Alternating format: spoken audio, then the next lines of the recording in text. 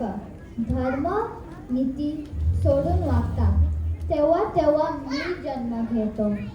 कौरवांनी सुरू केलेला अधर्म आणि अन्याय संपवायसाठी तुला हे युद्ध लढावेच लागेल.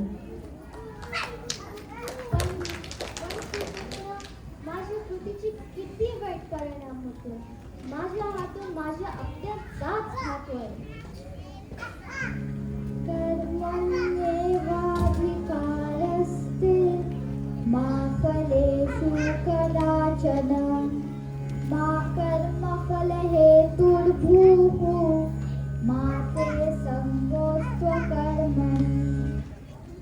अर्थात मनुष्याला केवळ कृती करण्याचा अधिकार आहे, त्याच्या फळाची अपेक्षा करण्याचा नाही.